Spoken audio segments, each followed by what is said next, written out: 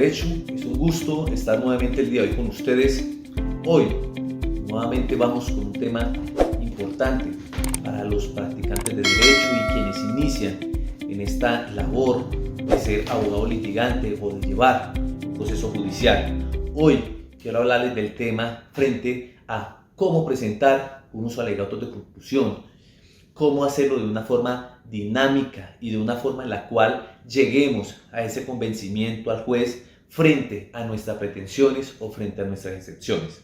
Una vez concluimos las etapas que establece el artículo 372 y 373 del Código General del Proceso, el abogado, bien sea demandante o demandado, se enfrenta a una labor importante que es presentar sus alegatos de conclusión. Asimismo, observamos cómo el artículo 182 del Código Contencioso Administrativo establece una audiencia específica para los alegatos de conclusión y el respectivo fallo. En nuestro ordenamiento civil, el cual regulado por nuestro Código General del Proceso, en él se establece que es una vez concluido las etapas del artículo 372 y 373 en que se le dará traslado para que los abogados presenten sus alegatos de conclusión. Hay que dejar claro, el artículo 577 habla sobre unos procesos de jurisdicción voluntaria. Estos procesos, por regla general, no llevan alegatos de conclusión, pues la norma del artículo 577 no nos habla sobre una presentación de unos alegatos de conclusión. Entonces, en los demás procesos que ventilamos, vamos a observar plenamente que nos van a otorgar esa facultad a los apoderados para presentar nuestros alegatos de conclusión. Entonces, amigos de Práctica del Derecho, iniciamos diciendo que siempre que hablemos de que vamos a empezar la audiencia del artículo 373 del Código General del Proceso, debemos tener en cuenta que ya ese día o en esa audiencia se nos va a correr traslado para presentar nuestros alegatos de conclusión. Y es que dichos alegatos de conclusión deben de ser presentados de forma oral. Por lo tanto, aquí ya se empieza a ver el dinamismo que el abogado debe tener en cuenta al momento de presentar sus alegatos, y en los cuales ya vamos a entrar en materia de cómo presentar esos alegatos de una forma convincente frente a nuestra tesis que estamos manejando. El artículo 372 del Código General del Proceso establece la audiencia inicial, y en el artículo 373 nos habla que cuando ya concluida la etapa de pruebas se le va a correr traslado para los alegatos de conclusión. Pero hay que tener en cuenta una cosa, que el artículo 372 también nos habla que cuando no hay más pruebas que practicar, el juez podrá correr traslado para presentar por parte de los apoderados los alegatos de conclusión. Entonces, el artículo 373 es quien nos habla que una vez se culmina con esa audiencia, se lleva a cabo los alegatos de conclusión. Pero el 372 nos habla que cuando no hay más pruebas que practicar, nos van a correr traslado para esta situación. Ahora, la pregunta, ¿cómo debo alistar mis alegatos de conclusión de una forma adecuada? Primero, ¿qué debo decir, amigos de Práctica del Derecho? Es claro que cuando vamos a realizar la audiencia del artículo 372, es claro que ya el proceso ha llevado unas etapas. ¿Unas etapas en qué sentido?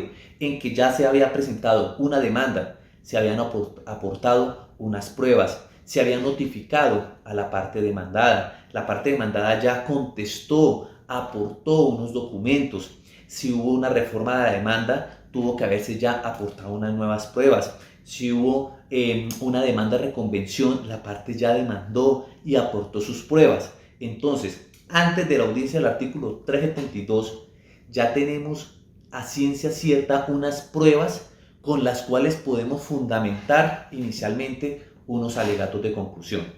Conociendo ya que cuando llegamos a la audiencia del 372, conocemos ya del proceso, es indispensable, amigos de Práctica del Derecho, que tengamos claro cuáles fueron los hechos aceptados por la parte demandada, los documentos que aportó, las pruebas que se allegaron.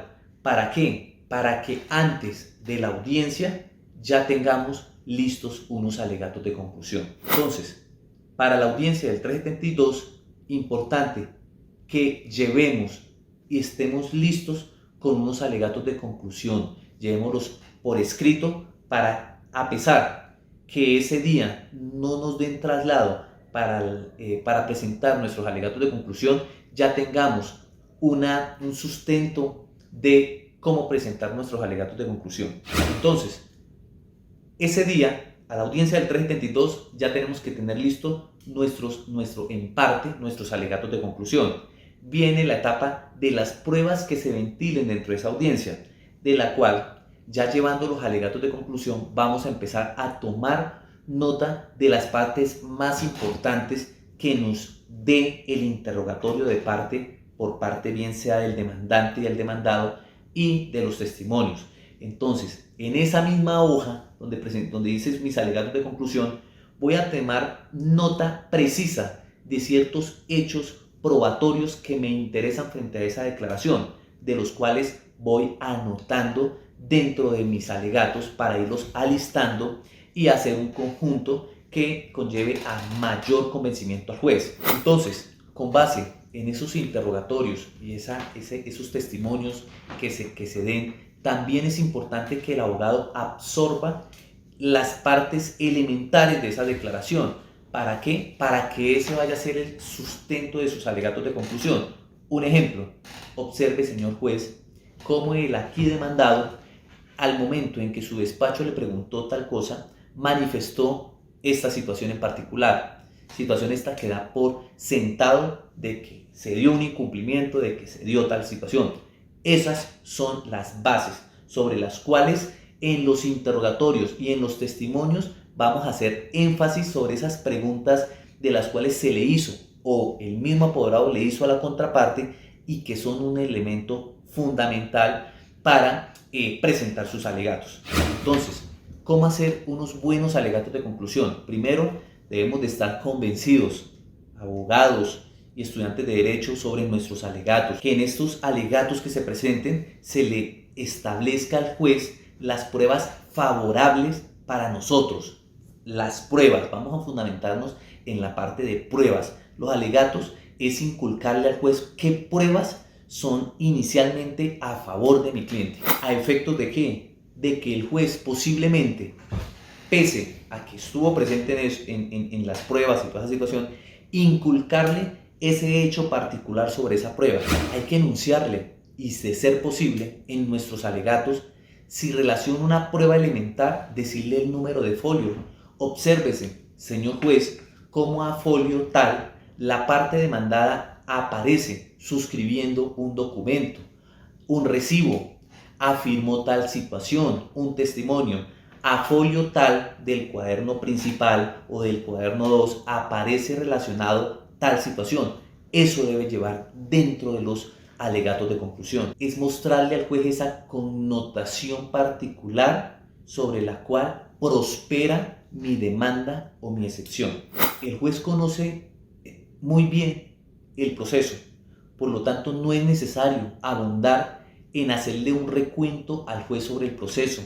Es manifestar al juez, mis alegatos de conclusión se basarán en determinar estas situaciones en particular. Y aquí es donde empezamos a hacer un recuento de las pruebas a favor y manifestando, observe, señor juez, cómo en el interrogatorio de parte se dijo por parte, cuando le dan a uno la oportunidad de revisar, amigos de práctica del derecho, nuevamente el audio y presentar los alegatos, uno tiene la oportunidad de referenciar el minuto sobre el cual dijo determinado hecho.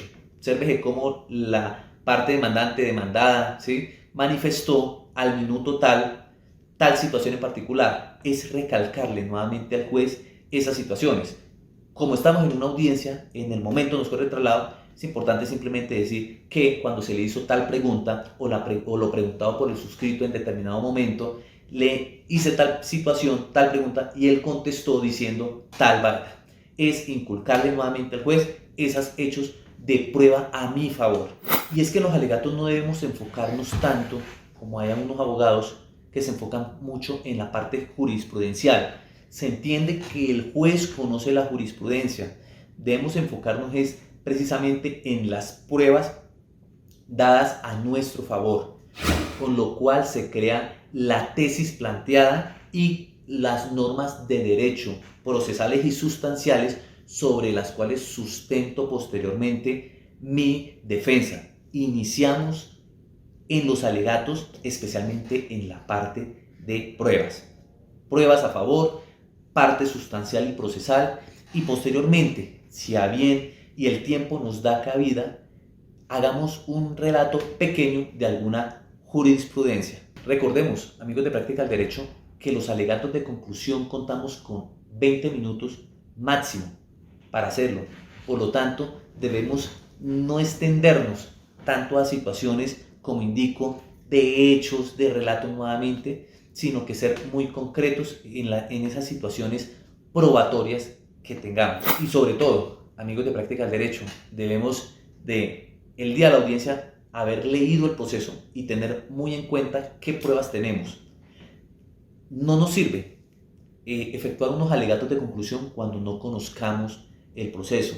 Unos buenos alegatos de conclusión conlleva a que tengamos claro cuáles fueron las pruebas pedidas, practicadas por la parte, volver a retomar esas pruebas y cuál nos puede servir para sustentar. Y eso va a ser de gran ayuda para efectos de llevar a cabo un gran convencimiento al juez frente a nuestra pretensión o a nuestras excepciones.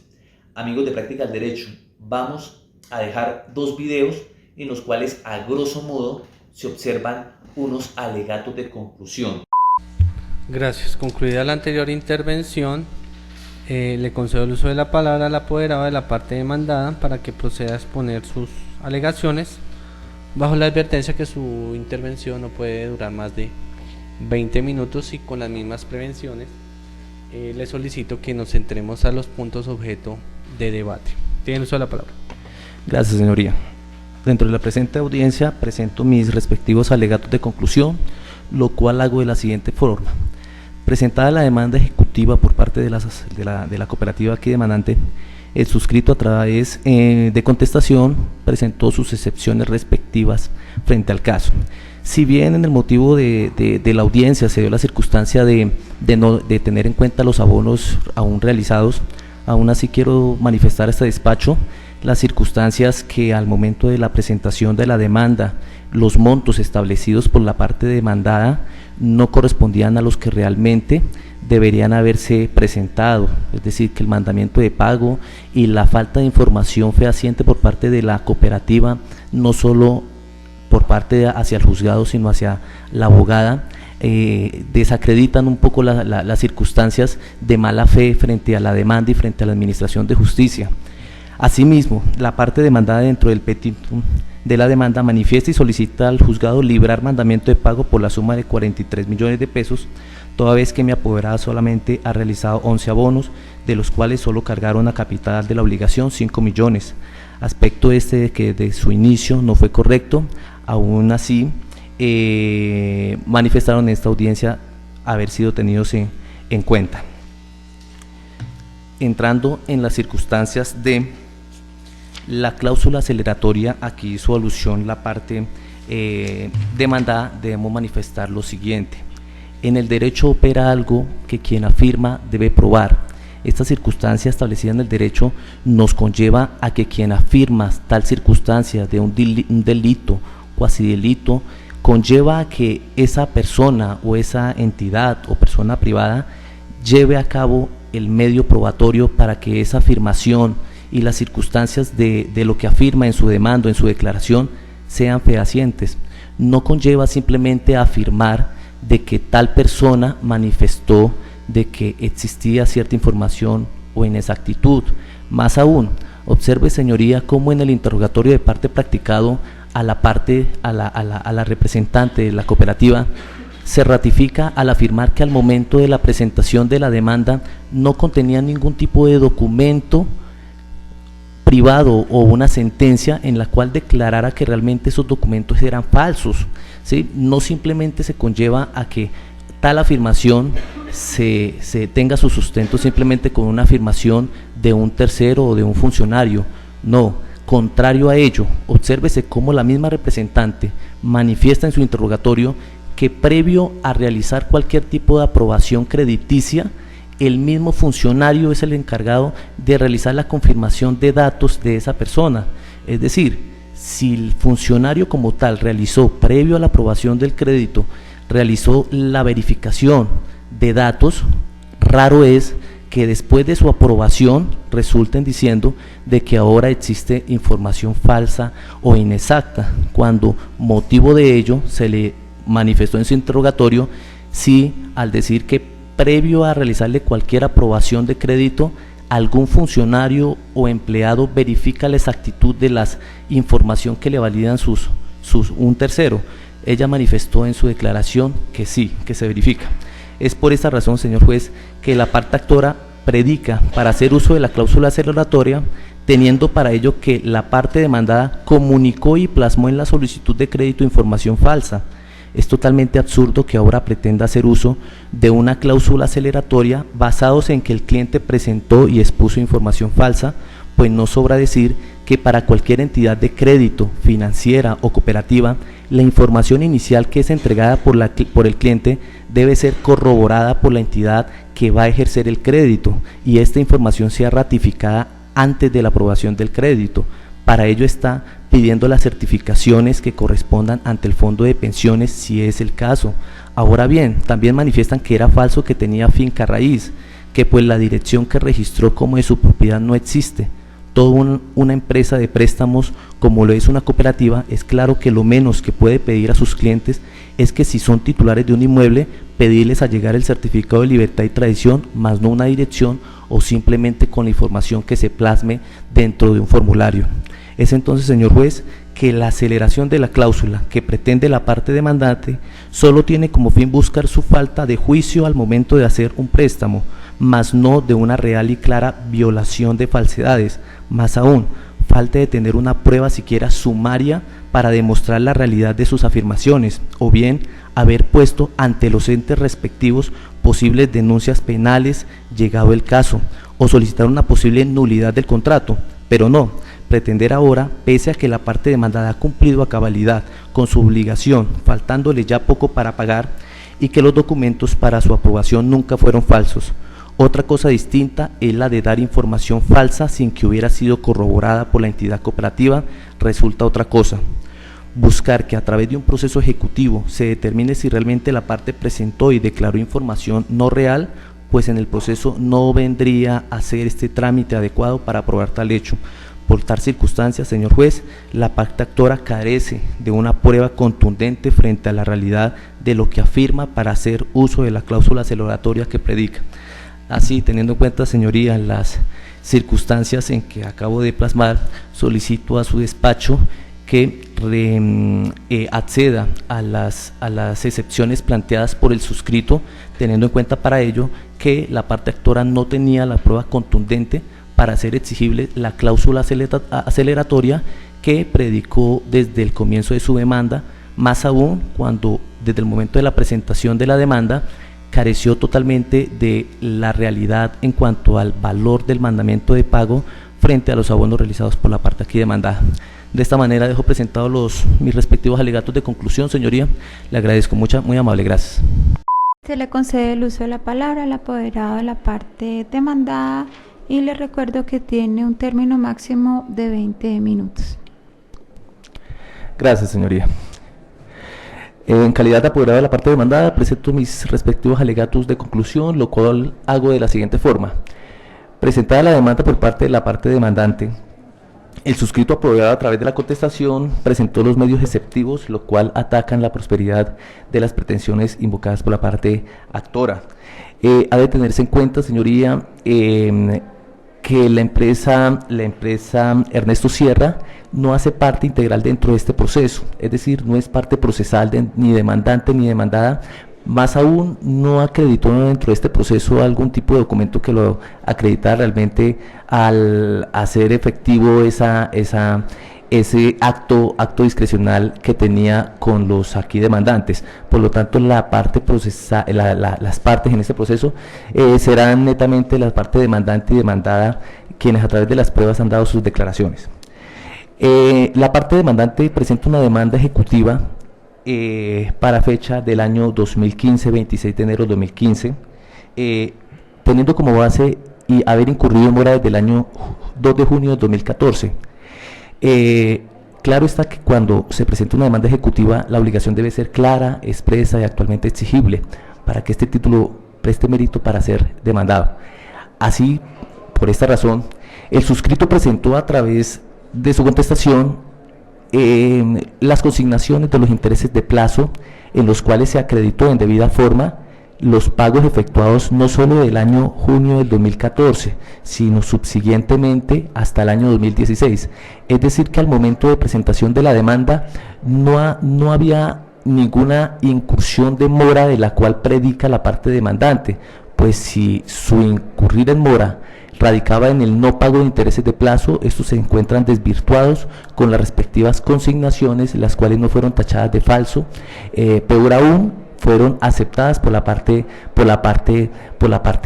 actora.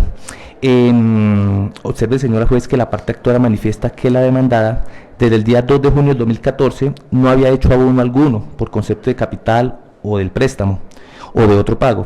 Así las cosas, mi mandante, antes y posterior a esta fecha, siguió cancelando lo que corresponde a los intereses de plazo, desde junio del 2014 hasta marzo del 2016. Es decir, que si la parte demandante, y así se libró el mandamiento de pago, manifiesta que la parte actora no canceló ninguna suma de dinero y que por lo tanto incurrió en mora, es totalmente falso. Y lo peor es que a sabiendas de estos pagos, continuó la demanda. Así las cosas, haber expresado que una de las causales para iniciar esta demanda fue la de encontrarse en mora, es de advertir que la parte demandada había venido cumpliendo a cabalidad con el pago de los intereses de plazo. Más aún, el momento de presentarse la demanda ejecutiva, la aquí demandante no había incurrido en mora, pues se encontraba al día en el pago de sus intereses legales.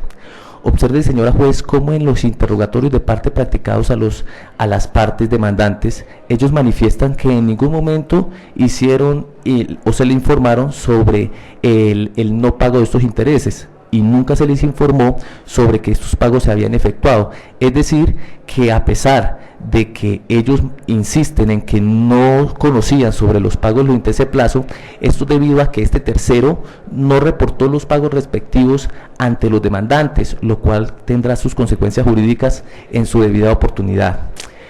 Otra de las causales expresadas por la parte actora para iniciar la presente acción es la de haber iniciado un proceso en otro juzgado y el cual había sido llamado en garantía. Observe cómo los demandantes, los señores Luis Alfonso e Ivonne, en sus declaraciones rendidas, contrario a lo que manifiesta la parte actora, desconocían totalmente de que realmente se le estaba iniciando una demanda debido a un llamado de un proceso ejecutivo por aparte. Ellos manifiestan en sus declaraciones que no, y el suscrito insiste en sus preguntas de que cuál era la causal invocada para iniciar la presente acción, y ellos siempre ratificaron en que era la mora, pero en ningún momento manifestaron que era frente a una persecución de un tercero al bien. Más aún, también se le preguntó que si en alguna oportunidad le había llegado a ellos un citatorio o una notificación en la cual se le informara sobre la existencia de otro proceso que persiguiera el bien hipotecado, a lo cual ellos manifestaron que no, que nunca habían recibido eso. Cosa distinta es que Ernesto Sierra, a su mutuo propio, hubiera iniciado la demanda ejecutiva teniendo como base que en el certificado aparecía un embargo, pero más no bajo el consentimiento de las partes procesales en este asunto, es decir, la parte demandante, quienes manifestaron desconocer la verdadera existencia de ese proceso que se ejecutaba. Pues, vuelvo y reitero, ellos manifiestan que era porque ellos no habían recibido el pago de unos intereses de plazo y que por eso fue que habían otorgado el poder, porque a ellos no se les había pagado esas sumas de dinero. Observe, señora juez, la hipoteca se realizó en noviembre del año 2012 y la parte actora supuestamente presenta una demanda basada en una mora y un llamamiento, de tal suerte que la demanda es presentada hasta el día 26 de enero del 2015, es decir, que mi mandante, al encontrarse hasta el momento de la presentación de la demanda al día en el pago de los intereses, el contrato de hipoteca para su pago de obligación se había estado prorrogando anualmente, es decir, que se prorrogó de noviembre del 2013 a noviembre del 2014 y de noviembre del 2014 a noviembre del 2015. Pues observe que la parte demandante presenta la demanda es en enero del 2015, es decir, su consentimiento está siendo expreso, pues si manifiesta una inconformidad frente a una mora desde junio del 2014 y para ese momento, encontrándose el demandado al día en el pago de intereses, era necesario que el contrato se respetara hasta por lo menos el día de noviembre del año 2015, y como el aquí demandante continuó pagando los intereses, este se prorrogó otro año más, es decir, hasta noviembre del 2015, y así sucesivamente. Es por esa razón, señora juez, que al momento de presentarse la demanda, la fecha de incumplimiento de la obligación se había estado prorrogando por voluntad de las partes. Lo cierto es que estando el demandante al día en el pago de intereses, se vendría a establecer que este contrato se había venido prorrogando anualmente el cumplimiento de la obligación principal, por lo tanto no cabía posibilidad al aquí demandante para que exigiera el pago ni por mora ni por haber llegado el día y hora de la fecha de pago de la obligación principal, pues por mutuo propio entre las partes se había estado prorrogando desde un comienzo. Más aún, obsérvese que si en la demanda existiera como causal el no pago del capital, debería haberse expresado en la demanda que la causal por la cual no se iniciaba la demanda era en virtud a no haberse pagado durante ese año el capital total de obligación. Contrario a ello, la parte actora simplemente manifiesta es frente a la inconformidad de una presunta mora y de un llamamiento, más no de el no pago del capital durante ese año. Lo cierto es que la parte actora manifiesta que otra causal por la cual da inicio al proceso ejecutivo hipotecario fue a razón que el bien estaba siendo perseguido en proceso ejecutivo con acción mixta en otro proceso, tal como lo manifiesta la parte actora en el hecho 6 de su demanda. Manifiesta que nunca fueron notificados del proceso que iniciaba otra sociedad. Así las cosas, primero que decir es que si la parte actora predica que esta fue una de las causales por las cuales inició esta demanda, resulta contradictorio, pues bien era cierto que si el bien es perseguido, lo cierto es que esto por el simple hecho no es suficiente para que por causa se inicie el proceso, más aún cuando, vuelvo y reitero, la parte demandante en sus interrogatorios manifestó el desconocimiento total frente a un inicio de un proceso ejecutivo y que por esa fue la causal de iniciar el proceso, pues es necesario que en el proceso ejecutivo que se está llevando sea citado mediante auto al acreedor hipotecario y que en su defecto sea notificado de forma personal de la providencia que se les vinculó. Aún así, la parte actora en su interrogatorio manifiesta nunca haber recibido una citación de ese tipo, cuando en varias oportunidades el suscrito le reitera la pregunta, sigue insistiendo que la única causal por la cual se inició esta demanda y ellos otorgaron poder fue en virtud a una presunta mora. Es decir, que hasta ese momento en que el acreedor hipotecario debe velar por la protección de su derecho. Procesalmente es fácil establecer que muchos son los procesos ejecutivos singulares donde se embarga un bien hipotecado, luego se ordena su secuestro y dentro de ese auto que ordena el secuestro es donde se cita al acreedor hipotecario, o en muchos de los casos los acreedores hipotecarios son citados posteriores al proceso, bien que se tenga sentencia, liquidación, avalúo, pero que sin embargo no podrá llevarse a cabo un remate cuando aún el acreedor hipotecario no se haya notificado. Entonces, mal se haría en iniciar una demanda ejecutiva hipotecaria basada en ese llamamiento cuando las partes demandantes desconoció totalmente eso, no tenía conocimiento de que realmente se hubiera hecho ese llamado y el bien hubiera perseguido, a pesar de las informaciones que le otorgaba ese tercero, no era suficiente para haberse ratificado frente a ello. Si bien se aprecia los pagos realizados por el mandante con fechas fueron de los primeros 5 días de cada mes, aparece dentro del contrato, lo cierto es que el mandante en varias oportunidades, o por decirlo de otra forma, en la mayoría de ellos, los pagos se hicieron en otras fechas, máxime cuando estos pagos desde su comienzo se realizaron con fechas posteriores, por lo tanto el demandante nunca tuvo objeción a estos, los aceptó. Razón de ello fue que nunca impetró demanda frente a este hecho. La demanda instaurada en nada se dijo frente a esto, pero que sin embargo esta excepción es presentada. Es decir, que si la parte actora manifiesta, a pesar de no haber sido dentro del proceso como tal una pretensión, manifiesta que los pagos de los intereses de plazo se hicieron por fuera de los términos establecidos. La razón de ello radicaba en que primero se había autorizado a la parte consignarlos por fuera del clausulado establecido en la escritura, y lo segundo es que si, viendo una circunstancia de ella, ¿por qué no inició la demanda ejecutiva basado en esa circunstancia y dejó transcurrir tanto tiempo habiéndose consignado por fuera de las fechas y haber presentado una demanda por una causal distinta a la expuesta la parte demandante ejerció su derecho e inició una actividad procesal abusando de su derecho, pues de entrada, ¿cómo no manifestar en ningún momento de la demanda que el demandado había seguido cancelando sumas de dinero por concepto de los respectivos intereses? Presenta una demanda en febrero del 2015 o enero y aún así no reporta los pagos que efectuó la parte demandada desde junio del año 2014, lo cual a todas luces redunda en una mala fe frente a las pretensiones de la demanda. Observe, señora juez, que nunca manifestó nada al respecto, peor aún, predica una mora desde el 2 de junio del 2014 cuando no era procedente, pues el demandado se encontraba pagando y la exigibilidad aún no era posible.